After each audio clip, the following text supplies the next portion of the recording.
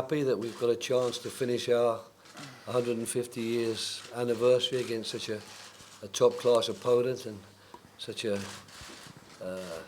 worthy opponent as well, one which features very strongly in our footballing history, so it's a very fitting end, I think, to the 150 years. I think for both teams, it's going to be very much a part of our preparations moving ahead. I'm sure that Gerrard and myself, we both want to win this game, but we also see it in the perspective of having to make certain that we learn as much as we possibly can about our players and our team before having to pick a squad which will go to Brazil. But I'm looking forward to the game, and as I'm sure he is, and I think we're going to see a very entertaining game of football tomorrow evening. Okay, we'll take the first question, Nick. Roy, hello. We saw Daniel Sturridge go off before the end of training. Is he okay? Will he be able to start against Germany tomorrow? Yes, he's fine. It's obviously last week he couldn't take much part in the training. He was under treatment still for the injury which he brought with him. But that's been improving all the time, and the only reason he came off after two of the sectors, if you like, of the game we were playing this morning was to give Ricky Lambert a chance also to play at centre forward, because there's a good chance I'll want to see him tomorrow night as well as Daniel Sturridge.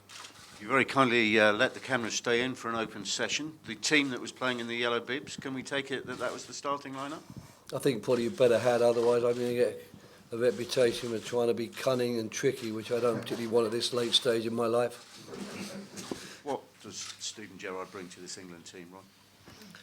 I think he's brought an enormous amount, over the years, but in particular, if I'm going to talk about him, it's going to be from us going together to the Euros, me coming in at a fairly late stage, really relying upon Stephen to make certain that the ideas and the philosophy and the way we wanted to work got put across to the players, and to be that type of leader.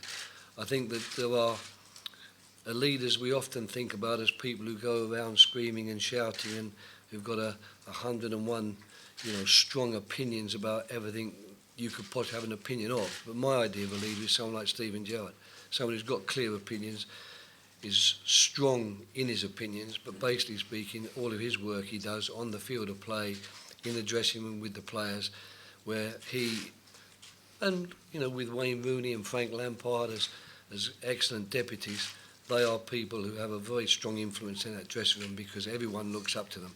And for Stephen to equal Bobby Moore's number of caps, I'm sure he must be unbelievably proud of that, because Bobby Moore is one of our really true iconic players in the past. Absolutely. You go along with that, I guess, Steve? Yeah, very proud and slightly embarrassed as well. I mean, talking about a World Cup winner and, like the manager said, an iconic figure. He's someone who is a hero to everyone in the country, so to equal his record is a fantastic achievement, and myself and my family are very proud. Daniel also said yesterday that England have moved on from that 4-1 defeat in Bloemfontein against Germany, but nevertheless it still gives you another good reason for wanting to win tomorrow night, doesn't it? Yeah, of course. I mean, every time you play against Germany you want to win the game. I don't think tomorrow's about revenge or trying to put right what went wrong over there. I think we want to win the game, and we want to keep trying to improve and try and build on the recent performances against Montenegro and Poland. It's a different lineup, of course, but are you expecting a response from England after Friday? And do you feel that your side will be more comfortable, if you like, taking on European opposition rather than South American? Well, we learnt a lot against Chile. I said after the game I thought they were very good and played extremely well.